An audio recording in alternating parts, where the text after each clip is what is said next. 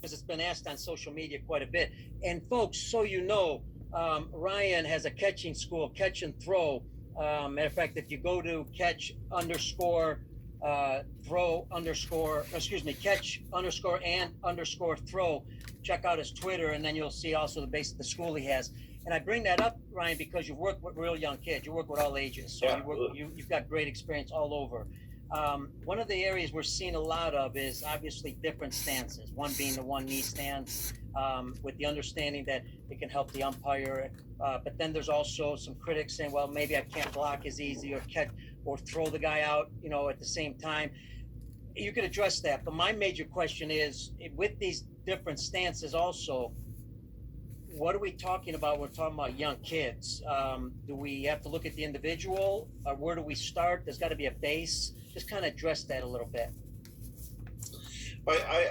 My personal feelings are that you should teach a primary stance, a one knee stance, and then as many other hybrid stances as you possibly can, right? We don't talk about secondary very much around here,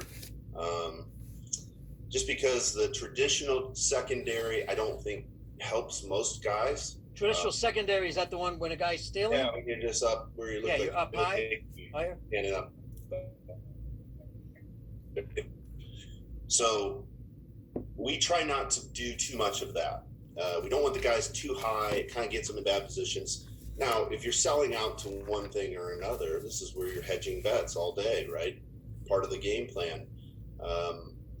Maybe you're calling for like a modified pitch out, which is a high fastball away. You're looking for a swing, not really worried about it, but you're trying to entice them still to maybe swing, but I'm still going to sell out a little bit to the throw.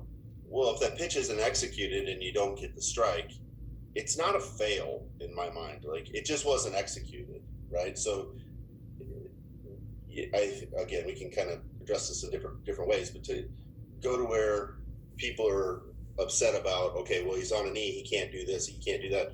If he was in a traditional setup, most likely he wasn't going to be able to do it anyway. Or maybe he could block that pitch, but he wasn't going to catch a strike, and he certainly couldn't throw anyone out. So what we're trying to do, and I think the misconception with this is that no one is reinventing the wheel. It's just questioning why the wheel is round, right? Right.